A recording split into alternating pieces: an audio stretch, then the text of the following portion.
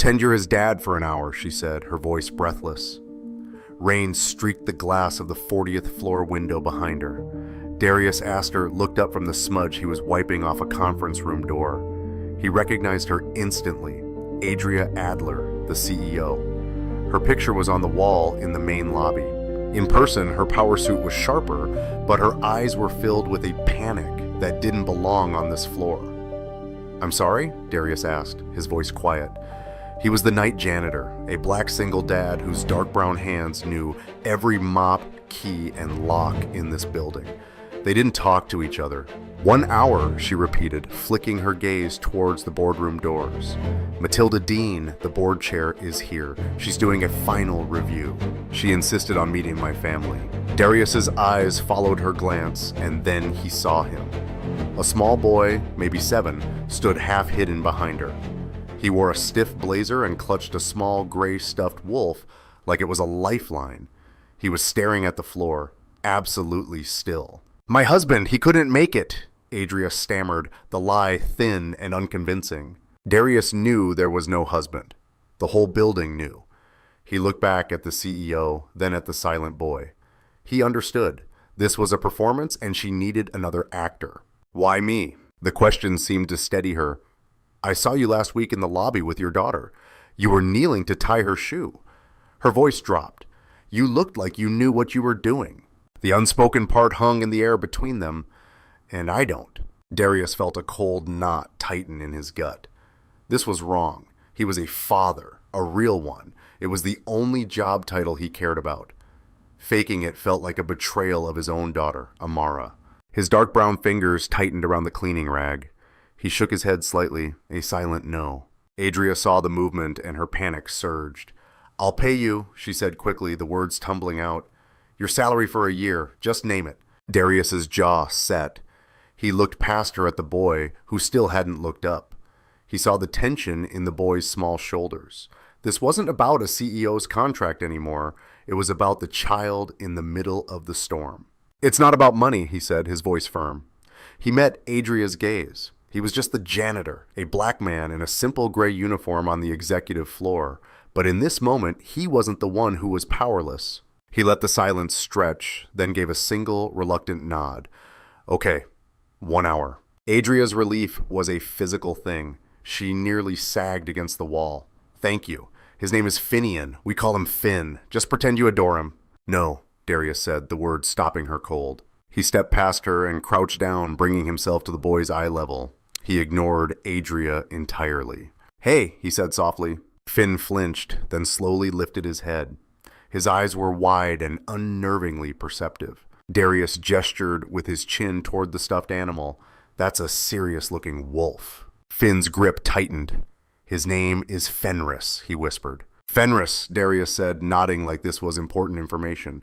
"A wolf named Fenris must be a very good protector." The boy gave the smallest of nods. Darius looked up at Adria, who was watching them, completely bewildered.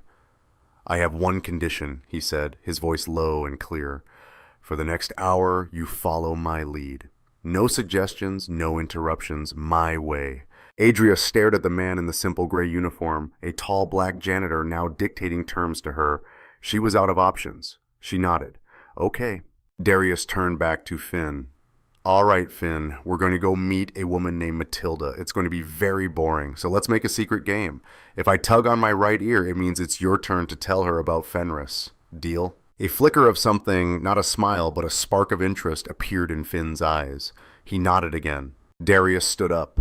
He glanced at the imposing boardroom doors, then back at the makeshift family. He offered his hand to the boy. "Let's go." After a beat of hesitation, a small hand slipped into his. Darius's large, warm brown hand closed gently around it. He looked at Adria, ready. She wasn't, but she took a deep breath, straightened her jacket, and put on the mask of a CEO again. Together, the three of them walked towards the doors. The hour was ticking. Adria pushed the heavy oak door open. The boardroom was a cavern of glass and polished mahogany, dominated by a table long enough to land a plane on. At the far end, framed by a floor-to-ceiling window that showcased the rain-swept city, sat Matilda Dean. She was an elegant woman in her late 60s with silver hair coiled in a perfect chignon, and a smile that didn't quite reach her piercing blue eyes. She didn't look like a predator, but Darius knew a person who watched for weakness when he saw one. "Adria," Matilda said, her voice smooth as velvet, "and this must be the famous Finion." Adria forced a bright smile. "Matilda, thank you for waiting, and this is my partner, Darius." Matilda's gaze shifted to Darius. It was a slow, deliberate appraisal, taking in his simple, clean work pants and cotton shirt, his deep brown skin and neatly kept coils under his cap, so starkly out of place in this world of tailored silk and Italian leather. She raised a perfectly sculpted eyebrow. "Mr. Astor," she said, her smile tightening a fraction, "Adria has been remarkably private about you." Darius felt a protective squeeze on his hand from Finn. He gave the boy's hand a reassuring squeeze back. "I tend to stay out of the spotlight," Darius said, his voice even. He didn't offer excuses or apologies for his attire or for being the only black man in the room. He just stated a fact. "A wise choice in this day and age," Matilda conceded, though her eyes were still sharp with scrutiny. "Please sit."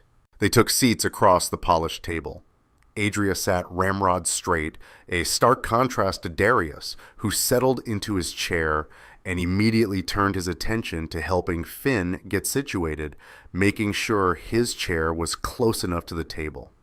It was a small, paternal gesture, so natural that Adria felt a pang of jealousy. "So, Finn," Matilda began, leaning forward, "your mother tells me you're quite the scientist. What's the latest project?" Finn froze, his eyes darting to his mother, then to Darius. He looked like a cornered animal.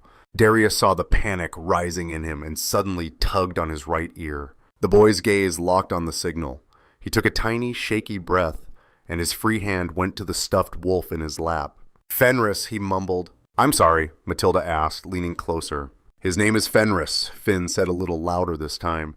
He held up the toy. "He's an Arctic wolf. They can survive in temperatures below -50 degrees Celsius.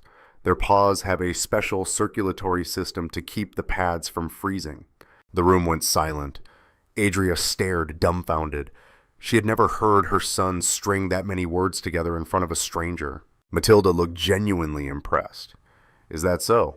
A well-informed protector? I see you've inherited your mother's mind for details." She turned her sharp gaze back to Darius. "And what about your father? Does he share your interest in science, Finn?" Before Finn could tense up again, Darius answered smoothly. "I'm more interested in how things work. Finn handles the why." He smiled at the boy. "We make a good team." "A team," Matilda repeated, tasting the word. "That's important. And what is it you do, Darius? Where does your work fit into the team?" This was the landmine. Adria's knuckles went white where she gripped her pen. Darius didn't hesitate. "I work for this company," he said simply. He met Matilda's gaze without flinching. "I help take care of the building, make sure everything runs the way it's supposed to." It was the truth, the beautifully ambiguous truth. Matilda nodded slowly, interpreting it as facilities management or operations. A respectable, if unglamorous, corporate role. The quiet competence he projected sold the rest. "An essential job," she declared. "A company is like a family. It's only as strong as its foundations." She smiled, a genuine one this time, directed at Finn. "Your father is a very wise man." Adria let out a breath she didn't realize she'd been holding. They were navigating it. Darius was navigating it. He was a natural. His quiet confidence as a black man who knew this building better than anyone on that floor was a more effective shield than any lie she could have concocted. For the next 20 minutes, Darius guided the conversation. He deflected questions he couldn't answer with simple, honest statements about fatherhood drawn from his own life with Amara. He spoke of building forts out of couch cushions and the importance of a good nightlight. When Finn would start to fade, Darius would use their secret signal, and the boy would offer another small fact about wolves or robotics, his voice growing a little stronger each time. Darius was building a bridge to the boy in real time, and all of Adria's power and money felt like useless rubble in the face of it. Finally, Matilda glanced at the ornate clock on the wall. "Well, this has been a delight. It's clear you have a wonderful, stable home life, Adria. It sets my mind at ease." She began gathering her things. "I was so pleased to hear you finally set up a proper office for Darius here at the building. It's so important for a man to have his own space. Adria's smile froze on her face. A cold dread washed over her. Darius's expression didn't change, but he felt Finn's hand go rigid in his. Matilda stood up, her eyes twinkling. In fact, why don't we walk past it? Finn, you can show me the picture you drew that your mother said you framed for your father's desk. The air in the room turned brittle. Adria's smile was a porcelain mask threatening to crack. An office, a drawing. She had invented the detail in a pre-meeting brief for Matilda, a throwaway line to add a touch of color to her fabricated stable life. She had never imagined it would be called upon as evidence. Her mind scrambled for an excuse, a renovation, a last-minute move, but she knew any lie would sound flimsy and desperate. Before she could speak, Darius's calm voice cut through the tension. Actually, Matilda, he said, his tone polite but firm, as if he were about to discuss a routine maintenance issue. He stood up subtly, placing himself between Matilda and the door. Before we go anywhere, I'm glad I have you here. I noticed something on my way in that I wanted to bring to your attention. Matilda paused, her handbag halfway to her shoulder. Oh, what is it? Darius gestured vaguely toward the ceiling in the corridor outside. There's a small water stain developing on the ceiling tile just above the main electrical junction for this wing. With the storm we're having, I'm concerned about a potential leak. I'd feel better if I could just show you. It will only take a moment. He delivered the lines with the unassailable authority of a man who knows every pipe and wire in the building. Because he did. The stain was real. He'd scheduled it for repair next week. It was a janitor's problem, but in his quiet, confident telling, it sounded like a high-level operational risk. Matilda's focus shifted instantly. A faulty building was a direct threat to her investment. The twinkle in her eye was replaced by a look of sharp concern. A leak near the electrical? Good heavens, yes, of course. Show me. The topic of the office evaporated. Adria, Finn, why don't you wait for us by the elevators? Darius said, already guiding Matilda out of the boardroom and in the opposite direction of the executive suite. He was taking control, steering the most powerful woman in the company with nothing but a janitor's knowledge. Adria watched them go, her heart hammering against her ribs. She sank back into her chair, her legs suddenly unsteady. She looked at her son. Finn was watching the door Darius had disappeared through, his expression not scared but awestruck. He was looking at a hero. He's very clever, Finn whispered. Yes, Adria breathed, the word feeling inadequate. Yes, he is. A few minutes later, Darius returned, his expression placid. All sorted, he said. I've had my team shut down the secondary circuit until we can get a look at it in the morning. No risk. Adria simply nodded, unsure what to say. He had saved her, saved them with a lie that was woven from the absolute truth of his real job. They met Matilda by the elevator bay. She was no longer looking at them as a test to be graded, but as a team that had competently handled a problem. Thank you, Darius, she said, pressing the call button. Your attention to detail is an asset. It's clear Adria is in good hands both at work and at home. The elevator arrived with a soft chime. Relief, pure and potent, washed over Adria. The hour was almost up. They had survived. Matilda stepped into the elevator, then turned, holding the door with her hand. She smiled, that inscrutable smile again. This has been so enlightening, so much better than a stuffy meeting.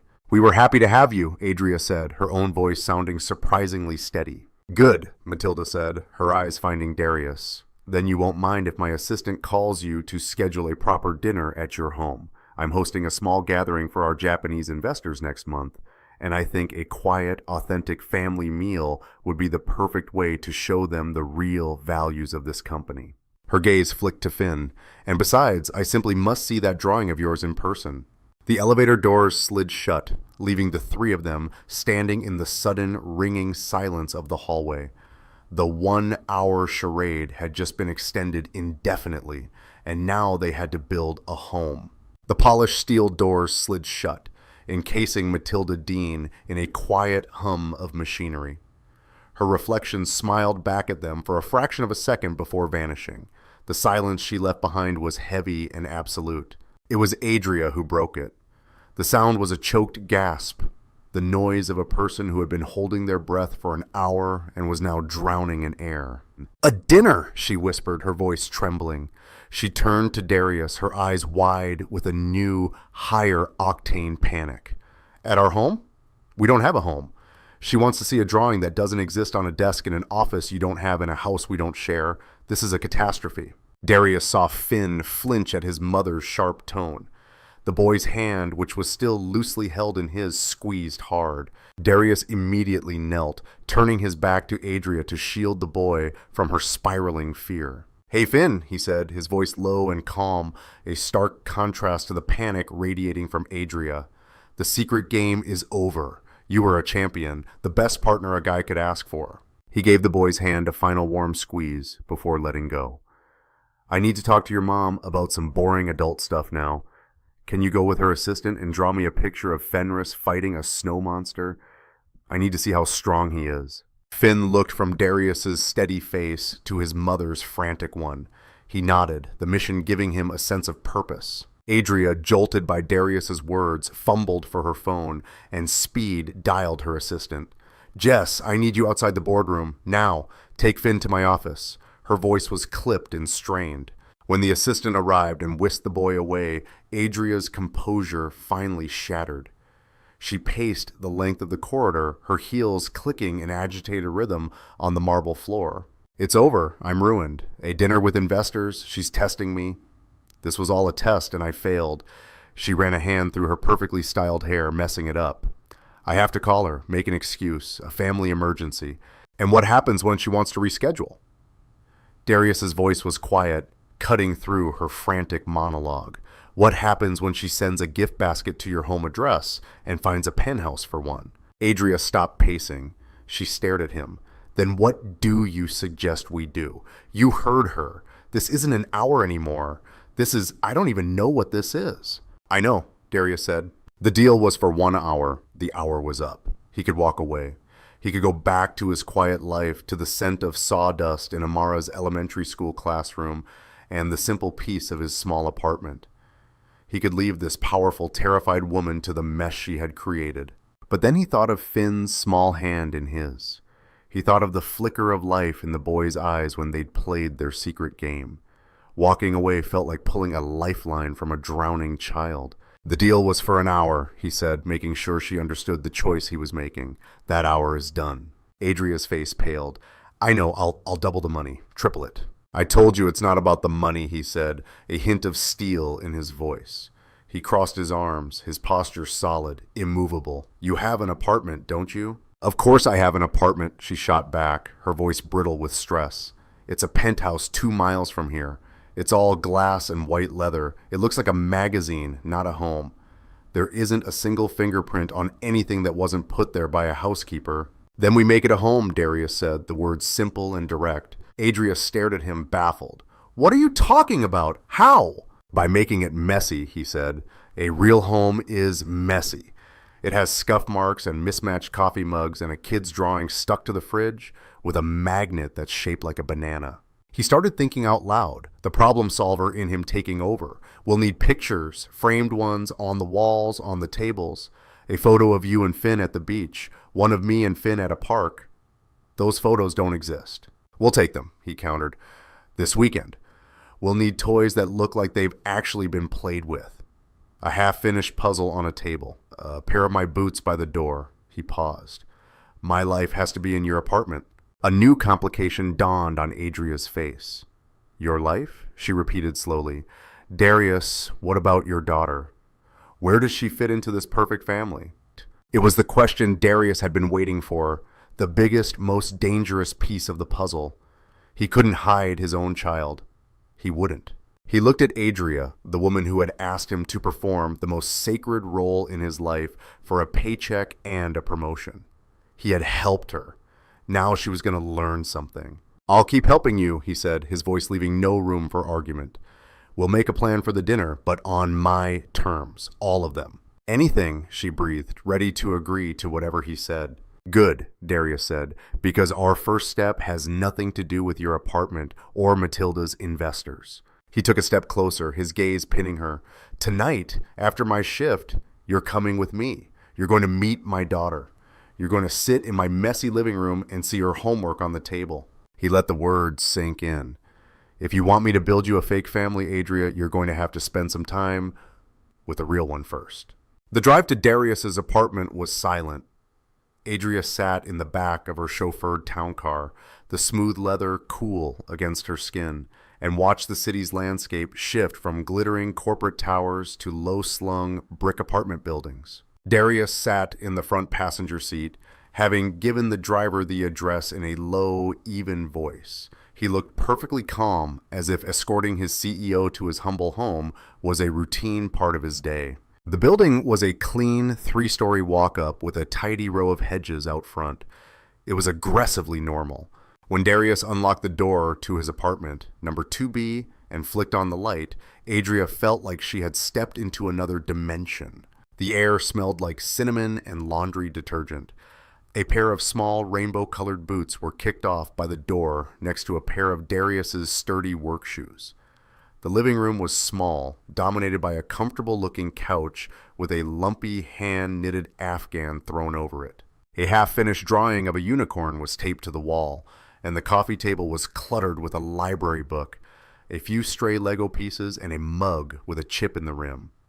On a side table sat a framed photo of Darius, Amara, and his late wife, a beautiful black family, their deep brown skin glowing in the sunlight as they smiled at the camera. It was the antithesis of her own silent white penthouse. It was a home. A small, dark-haired black girl with bright, curious eyes peered around the corner from the hallway. She had a streak of purple paint on her cheek and was wearing pajamas covered in cartoon planets. Her tight curls puffed into a loose pineapple on top of her head. "Daddy, you're home," she chirped. She launched herself at Darius, who caught her in a one-armed hug, lifting her off the floor effortlessly. "Hey, Rocket Girl," he murmured into her hair. "Did Mrs. Gable get you dinner?" "Spaghetti," the girl announced. She then leaned around Darius, her gaze landing on Adria. She stared, her head tilted. "Who's that?" "Amara, this is Adria. She's my boss," Darius said simply, setting his daughter back on her feet. "She's going to hang out for a little while." Amara took a step forward, her expression serious. "Why are you so fancy?" she asked, pointing a small spaghetti sauce-stained finger at Adria's silk suit. "Is it a costume?" Adria froze. She had chaired meetings with hostile foreign governments and had never felt so thoroughly scrutinized. "I know, it's what I wear for work." "Oh," Amara said, as if this was a deeply unsatisfactory explanation. She looked at Darius. "Does she know we have to finish Chapter 4 of The Dragon's Tooth?" "She knows that Chapter 4 is very important," Darius said smoothly, already moving toward the small open kitchen. "I'm just going to make some cocoa. You can show Adria your rock collection." Before Adria could protest, Amara had taken her hand, her small fingers surprisingly strong, and was pulling her toward a corner of the room where a shoebox was overflowing with rocks of various shapes and sizes. For the next 10 minutes, Adria found herself sitting on the floor, her expensive suit bunching uncomfortably, as Amara gave her a detailed lecture on the difference between quartz and granite. From the kitchen, Darius watched them. He didn't interfere. He let Adria navigate the minefield of a child's unfiltered curiosity on her own. He saw her initial stiffness, the way she answered Amara's questions with the polite distance of a manager handling an employee's inquiry. But then Amara pulled out a flat, smooth stone. "This one is my favorite," she said, pressing it into Adria's palm. "I gave it to Daddy for his birthday because it looks like a worried face, and I told him he doesn't have to be worried anymore." Adria stared at the rock. It did look like a worried face. She looked up and met Darius's eyes over the kitchen counter. He gave her a small, almost imperceptible nod. He wasn't just showing her his home, he was showing her his heart. An hour later, Amara was tucked into bed, and the apartment was quiet except for the hum of the refrigerator. Adria sat on the lumpy couch, a mug of hot cocoa warming her hands. It was the first time all day she felt like she could breathe. "She's incredible," Adria said softly. "Yeah," Darius agreed, sitting in the armchair opposite her. "She is." A beat of silence, then business. "Okay," Darius said, leaning forward. "The dinner. Matilda is expecting a home, a family. What you have is a showroom. We have to change that." For the next hour, they worked. Darius, with a notepad and a pen, was the strategist. Adria, for the first time, was the one taking notes. First, the kitchen, he said. Your fridge is empty. We'll need to stock it, and we need clutter. A grocery list held up by a magnet. A stack of mail on the counter, cereal boxes. I have a pantry. Everything is in labeled containers, Adria said. Exactly, Darius replied without looking up. No one lives like that. Next, the living room. That white sofa needs a dent in it. We'll bring this Afghan and my armchair. It looks like a dad's chair. You want to move your furniture into my penthouse? If you want to sell the lie? Yes. He continued, ticking off items. We'll need toys, Legos, a half-done board game, and pictures. We need to take pictures this weekend. You, me, and Finn at the park getting ice cream. Normal things. He paused, his pen hovering over the page. Which brings us to Amara. What do we tell Matilda? The truth, mostly, Darius said when she didn't answer. She's my daughter. You and I are a couple. We're a blended family. It's complicated, but it's believable. We tell her we've been together for about a year. It explains why she hasn't met me before. The plan was insane. It was a web of logistics and lies that felt destined to collapse. But as Darius spoke, laying it out piece by piece, it began to sound possible. When they had a rough outline, Adria finally put her mug down. The warmth had seeped into her bones, but she still felt a deep, profound chill inside. She looked around the small, love-filled room at the unicorn drawing and the chipped mug, and a wave of loss for her own life hit her with breathtaking force. She looked at Darius, the janitor, the fake father, the master strategist. Darius, she said, her voice barely a whisper, all the CEO armor stripped away. How do you do it with Amara? How do you always know the right thing to say? Darius stopped writing. He looked at her, and his expression was not one of pity, but of simple, sad understanding. You just listen to what they're not saying, he said, and you show up. You just keep showing up. He closed his notebook. That's the first lesson, and you're going to learn it with Finn this weekend. The park on Saturday was a riot of noise and color. Children shrieked on the swings, dogs chased frisbees, and the scent of cut grass hung in the air. It was a world away from the silent, climate-controlled halls of Adria's life. She felt like an anthropologist studying a foreign tribe, dressed for the expedition in a crisp trench coat and designer loafers that were entirely unsuited for walking on damp grass. Okay, Darius said, pulling a phone from his pocket.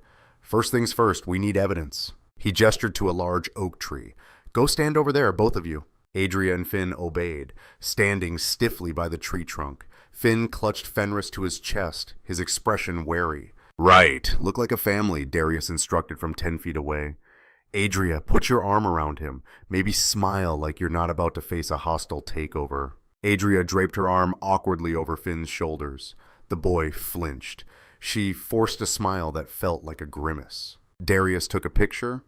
That looks terrible, he said with brutal honesty. It looks like you've taken him hostage. Finn, can you try to look like you're not about to be eaten by the strange lady? Finn buried his face in his wolf's fur. Adria's frustration mounted.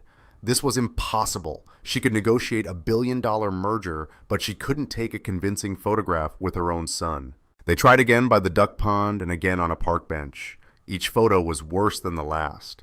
A collection of stilted, joyless moments that screamed fake. Finally, Darius sighed. He put his phone away. This isn't working. He looked from Adria's tense face to Finn's withdrawn one. I'm going to get us some ice cream. You two talk. He turned and walked toward the small vendor cart near the park entrance, deliberately leaving them alone. A black man in a borrowed Saturday hoodie, leaving a powerful white CEO to figure out how to talk to her own kid without a script. Panic seized Adria. The silence between her and her son felt vast and unbridgeable. She tried to remember what she was supposed to do. She was the CEO. She was a leader. She should lead the conversation. Finn, she began, her voice formal, what are your primary objectives for this afternoon? Is there a particular activity you wish to engage in? Finn shrank further into his jacket and shook his head, his eyes fixed on a crack in the pavement. She had failed. The silence returned, heavier this time. Adria felt the sting of tears behind her eyes. She looked at this strange little boy who was her son and felt nothing but the gulf between them. Then Darius's words echoed in her mind. Listen to what they're not saying. She stopped trying to talk. She just sat there on the bench and watched him. She noticed the way he was methodically rubbing the worn ear of his stuffed wolf. She saw him glance over at the playground, his eyes lingering on the tallest slide for a long moment before looking quickly away. He wasn't saying he wanted to go on the slide. He was saying he was scared. She took a breath and tried something new. She didn't talk about his objectives. She didn't ask him a question. She shared a piece of herself. "That slide," she said softly, nodding toward the playground. "They call it the Green Giant. It's been here since I was a little girl." Finn's head tilted slightly. He was listening. "I was terrified of it," Adria admitted. "My father dared me to go down it. He offered me $5. I climbed all the way to the top, looked down, and climbed right back down again." She let out a small, genuine laugh. "I never did get that $5. Finn looked at her, really looked at her for the first time all day. The guarded, wary expression was gone, replaced by simple curiosity. "Why were you scared?" he asked, his voice small. "Because it was so high," Adria said. "I thought I'd fall off the top." "You can't fall off," Finn said, his voice matter of fact. "The sides are 2 feet high. The statistical probability of falling out is 0.001%. Adria stared at him. "How do you know that?" "I read it on the sign," he said, pointing to the small plaque at the base of the slide. A slow smile spread across Adria's face, a real one this time. "Well," she said, "I guess I didn't have all the data." She reached out not to touch him, but to gently flick the nose of his wolf. Maybe Fenris would be brave enough. "Fenris isn't scared of anything," Finn said with a hint of pride. Just then, Darius returned, holding 3 ice cream cones. He stopped a few feet away, seeing them. They weren't touching. They weren't even looking at each other. But they were sharing the same space, the air between them charged with a quiet new energy. He lifted his phone and without a word, took a picture. In the photo, Adria was smiling softly at her son, and Finn was looking back at her, his face open and engaged. It was the first piece of evidence that wasn't a complete lie. The rest of the afternoon was easier. They didn't become a perfect family overnight, but the ice between them had cracked. They took more photos, a slightly awkward one of them feeding ducks, a blurry one of Finn actually pointing at something with a hint of a smile. As they were walking back to the car, a fragile sense of hope bloomed in Adria's chest. Maybe this wasn't impossible. Maybe she could learn. Then her phone buzzed in her coat pocket. She pulled it out. It was a text from Matilda Dean. "Adria, darling, so looking forward to our little dinner party. I've taken the liberty of engaging a wonderful caterer I know, Jean-Pierre. He's the best. He'll need access to your kitchen the day of. His assistant will send over the proposed menu for your approval. We must make sure it's perfect for our Japanese partners. Talk soon." Adria's blood ran cold. A caterer in her kitchen. The lie was growing legs, arms, and a team of professional chefs. She looked from the terrifying text message to Darius's calm face, and knew that their weekend of make-believe was over. The real high-stakes performance was just beginning. Adria's phone felt like a block of ice in her hand. The hope from the park evaporated, replaced by cold dread. "A caterer," she said, her voice flat as she read the text message aloud to Darius in the car. "Jean-Pierre. He's a culinary artist. He doesn't just cook. He interrogates kitchens. He'll take one look at my Sub-Zero fridge with its single bottle of sparkling water, and he'll know. He'll know no one actually eats there." Finn, strapped into his booster seat in the back, looked from his mother's panicked face to Darius's calm one. Darius didn't flinch. He simply processed the new information. "Okay," he said after a moment. "So we have a new variable. It doesn't change the plan. It just makes the details more important." "Details?" Adria's voice rose. "Darius, my kitchen is a laboratory. His kitchen is a temple. They don't speak the same language." "Then we'll teach yours a new one," he said, his voice so steady it was almost jarring. He turned to the driver. "Change of destination. Take us to the target on 8th Avenue. The driver, a man who was used to shuttling Adria between boardrooms and airports, blinked in confusion, but obeyed. The next 2 hours were the most surreal of Adria's life. She found herself walking the brightly lit aisles of a Target, pushing a red shopping cart while the janitor from her company systematically deconstructed her life. "No, not that one," Darius said. taking a sleek, minimalist black picture frame from her hands and replacing it with a garish silver one that had the words "Making Memories" embossed on it. Real families have bad taste sometimes. He led her through the store like a seasoned commander planning an invasion.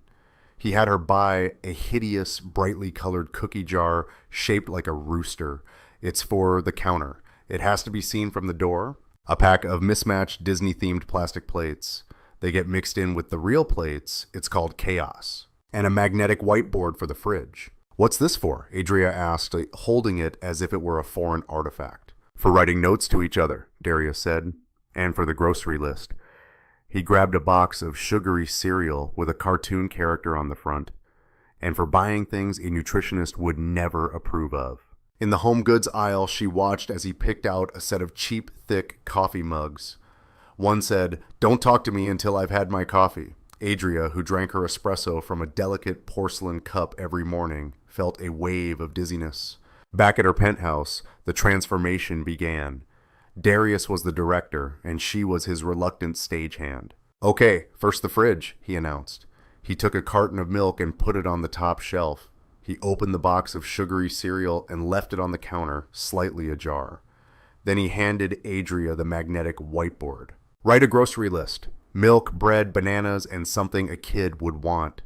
Something you would never buy." Adria stared at the blank board, then hesitantly wrote in her perfect, clean script. "Milk, bread, bananas, gummy dinosaurs." "Good," Darius said. He then took one of the photos from the park, the one where she was genuinely smiling at Finn, and stuck it crookedly on the fridge with a cheap rooster magnet they'd bought. He moved through her silent, perfect apartment like an agent of chaos.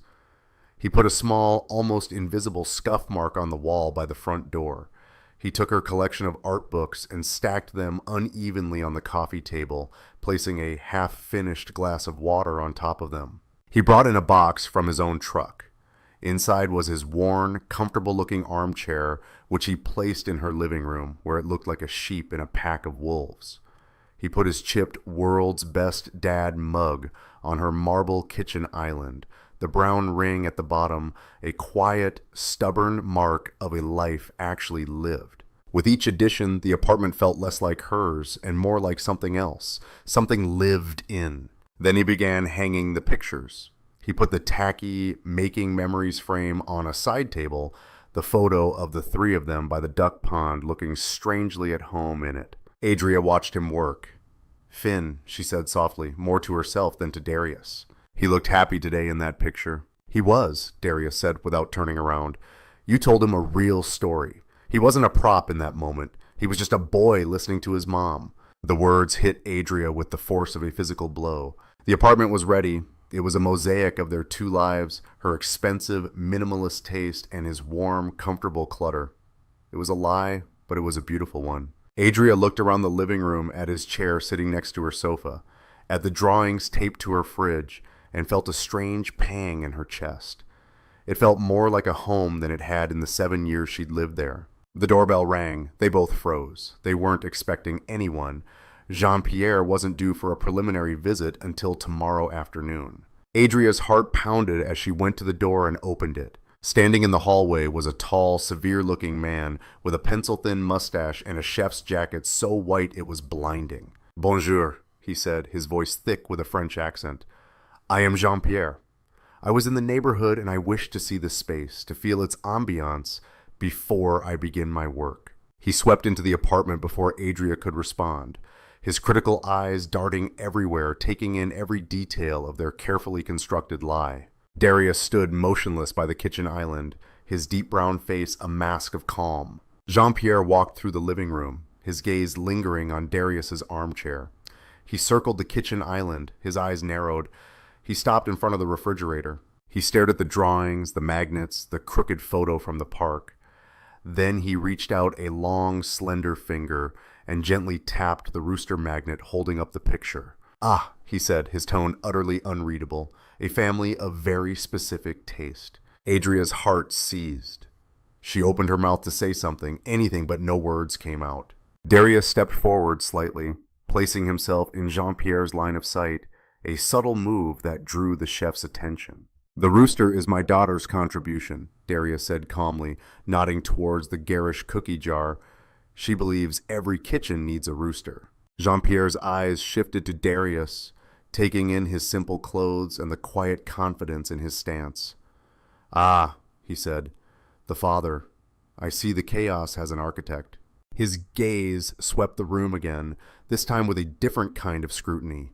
He was not just looking at the objects, he was reading the story. He glided over to the stove, a top-of-the-line Wolf range that was immaculately clean.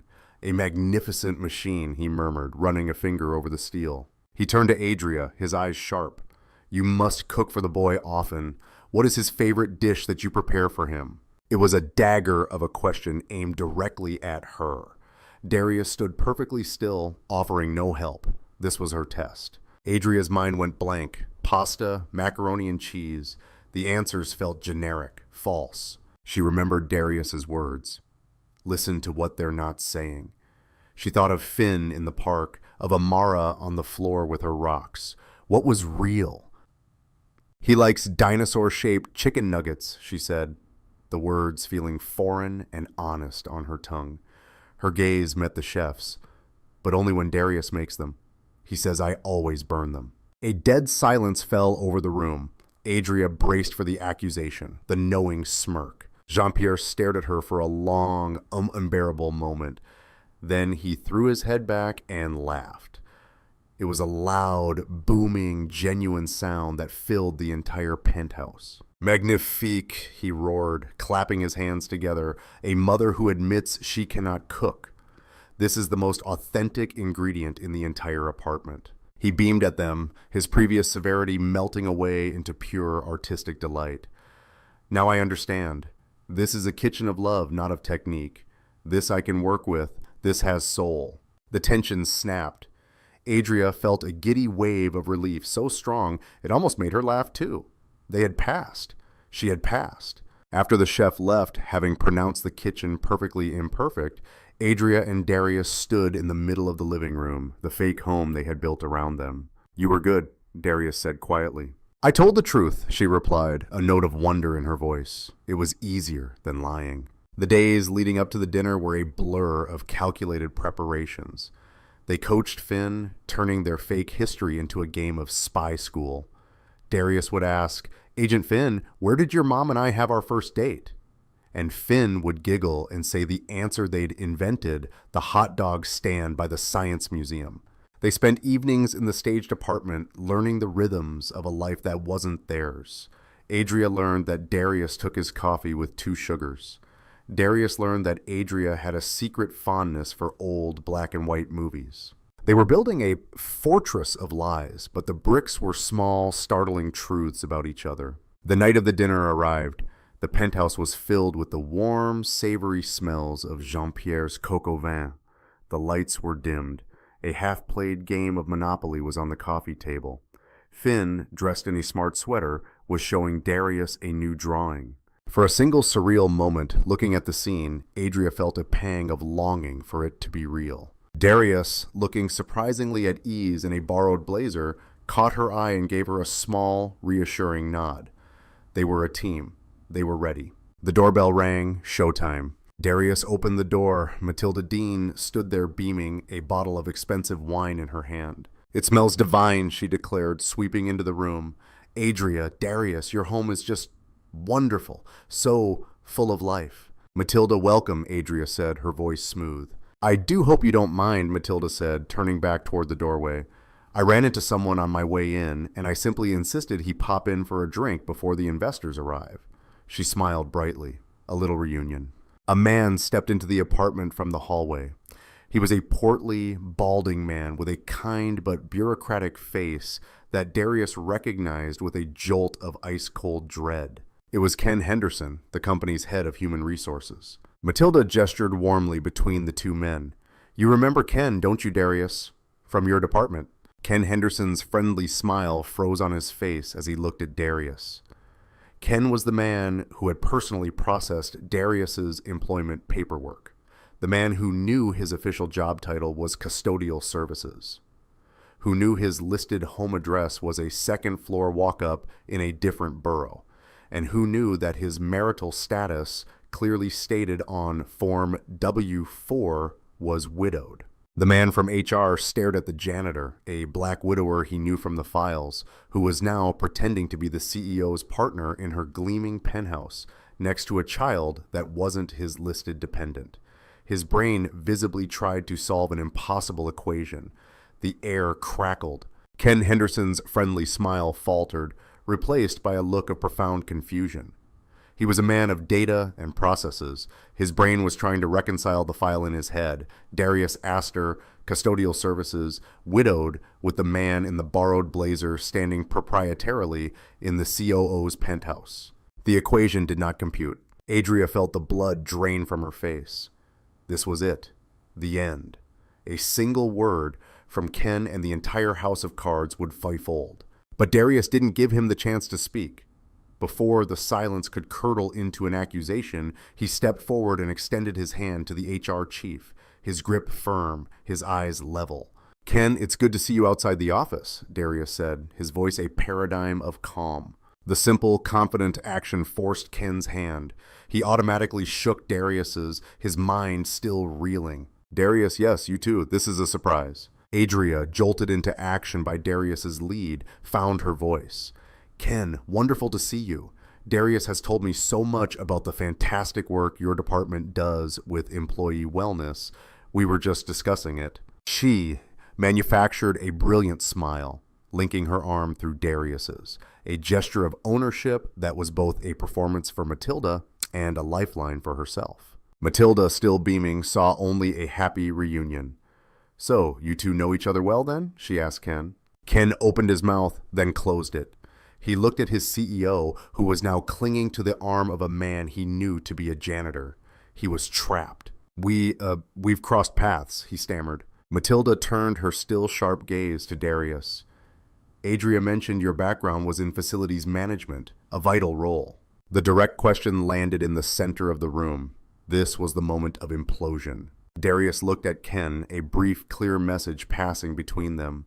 "Follow my lead." He then turned to Matilda, his expression open and sincere.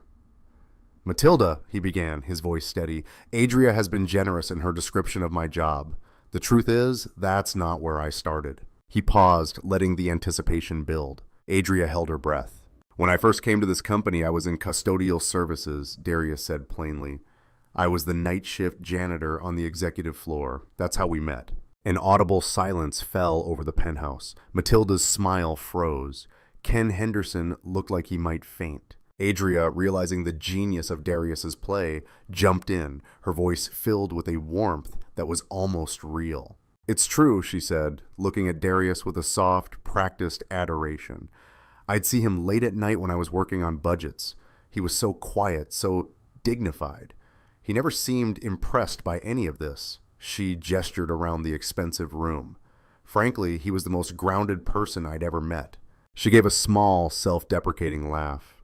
"I asked him out for coffee. He turned me down 3 times. Ken Henderson's jaw went slack. He was no longer trying to reconcile an employment file with a lie. He was witnessing the secret office romance of the decade. "He said he didn't want to complicate his life," Adria continued, weaving the fiction with threads of truth, especially with a young daughter at home. "So we kept it quiet, very quiet, for a long time. It was only recently that we decided." She trailed off, squeezing Darius's arm. The new story was perfect. It was scandalous, romantic, and deeply humanizing. It explained everything: Darius's simple clothes, his lack of corporate polish, the secrecy, Ken's surprise. It turned Darius from a liar into a man of integrity, and Adria from a ruthless CEO into a woman who valued character over status, a white executive who'd fallen for the black janitor who kept her floor running. Matilda Dean stared at them, her mind processing the bombshell. Then a slow, genuine smile spread across her face. She let out a short, sharp laugh. "Well, I'll be," she said, shaking her head in disbelief, "a janitor and a CEO." She looked at Darius, her respect for him visibly deepening. "Young man, you are a far better judge of character than half my board." She then turned to Adria. "My dear, you are full of surprises, and I am delighted by every single one of them." The crisis had passed. Not only had they survived, they had triumphed. The rest of the dinner was a resounding success. The Japanese investors arrived and were utterly charmed by the story of the company's fairy tale romance. Finn, relaxed and confident, told them all about Fenris. Ken Henderson, sipping his wine, looked at Darius with a newfound respect and a touch of fear. Later, after the guests had departed, leaving a pleasant buzz in their wake, the three of them stood alone in the living room. The staged apartment felt different now, imbued with the truth of the evening's performance. Finn, exhausted, was asleep on Darius's armchair. The adrenaline faded, leaving a quiet intimacy in its place. Adria looked at Darius, who was gently draping the hand-knitted afghan over her sleeping son. She wasn't looking at a janitor or a fake partner anymore. She was looking at the man who had navigated an impossible situation with a grace and intelligence she'd never witnessed before. He hadn't just saved her lie. He had told a better, truer story. "Darius," she said, her voice quiet in the still room. "Who are you?" Darius looked at the woman before him, the CEO whose empire he had just saved with a story about being a janitor. Her question hung in the air, simple and vast. "Who are you?" He walked over to the armchair where Finn was sleeping, his small chest rising and falling in a steady rhythm. He gently adjusted the afghan, his large, dark hand lingering for a moment on the boy's hair. "I'm Amara's dad," he said, his voice low and even, not turning to face her. "And I'm the man who fixes things when they're broken." He finally turned, his gaze meeting hers. It was devoid of judgment, holding only a quiet weariness. "That's it. That's the whole story." Adria shook her head. "No, it's not." She walked toward him, her expensive heels silent on the plush rug. "What you did tonight? It wasn't fixing something, it was building it from nothing. From a lie." "The best stories have some truth in them," he said. "You love your son. You were scared of failing him. I used that." They stood in the quiet of the apartment, the remnants of the party around them, a few stray wine glasses, a plate of half-eaten canapes. Without a word, they began to clean up, moving around each other in an unspoken domestic rhythm. Adria, the CEO who outsourced every aspect of her life, found herself rinsing wine glasses in the sink while Darius gathered plates. The silence was comfortable, companionable. It was the silence of soldiers after a battle, of partners after a long day's work. "The board meeting is on Friday," Adria said, her back to him, as she carefully placed a glass in the dishwasher. "Matilda called me after she left. She said my contract extension is a formality. She was giddy. She loves the story of us." "That's good," Darius said. "That's what you wanted." "Yes," she said, "it is." She dried her hands and turned to face him.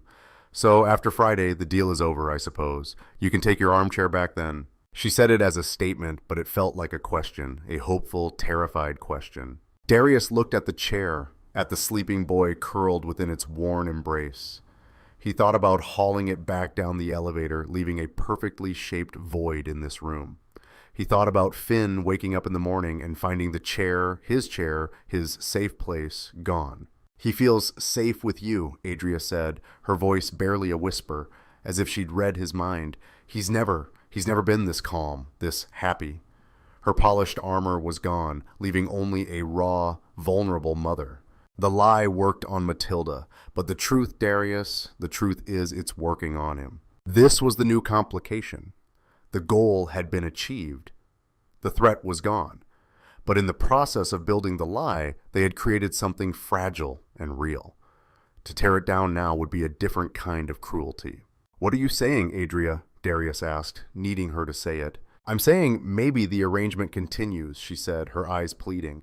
"Not for the board, not for Matilda, for him, until he's stronger, until I'm better at this." Darius walked over to the window and looked out at the city lights. He had his quiet life back within his grasp. He could take his daughter and disappear back into the peaceful anonymity he cherished. But he knew he couldn't. He had started this. He had shown this boy what a father's presence felt like. A black father who showed up, who listened, who fixed things. He couldn't just turn it off. He had to keep showing up. "Okay," he said, turning back from the window. "For Finn." A single tear traced a path down Adria's cheek. She wiped it away impatiently. Okay. 3 months later, the penthouse was unrecognizable. The messy, staged clutter had been replaced by the genuine, chaotic clutter of a real family. The Saturday morning sun streamed through the windows, illuminating dust motes dancing in the air. In the kitchen, Darius, dressed in an old t-shirt and jeans, was flipping pancakes. The air was thick with the smell of batter and melting butter. On the living room floor, Amara and Finn were in the middle of a complex architectural project involving every Lego brick they owned. Finn was explaining the structural importance of a load-bearing column for their space fortress and was insisting it needed more sparkly pink windows. Their bickering was a happy, constant hum. Adria sat at the kitchen island. She was wearing a pair of gray sweatpants and one of Darius's old, soft sweatshirts.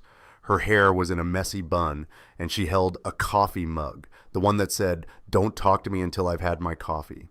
She wasn't checking emails. She wasn't reviewing reports. She was watching her son and his sister. She was watching her family. "You're getting good at this," Darius said, sliding a plate of pancakes in front of her.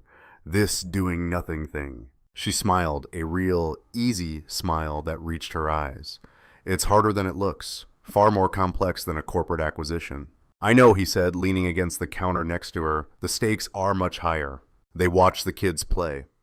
Finn, no longer a silent, anxious ghost, was now a confident, chattering boy.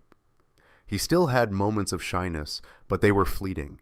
He had a father figure who listened, who taught him how to skip stones and how to fix a wobbly bicycle chain.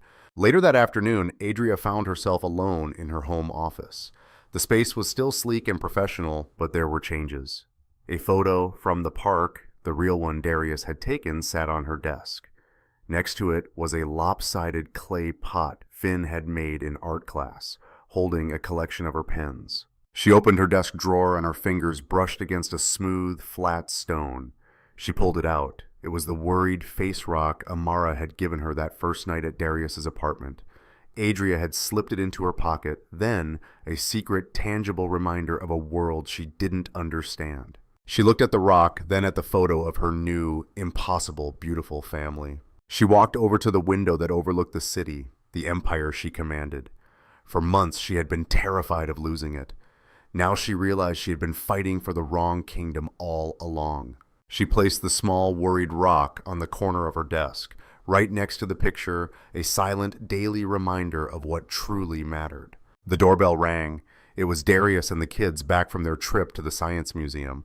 Finn and Amara burst into the room, both talking at once, arguing about whether a T-Rex could beat a shark in a fight. Darius followed them in, a knowing smile on his face.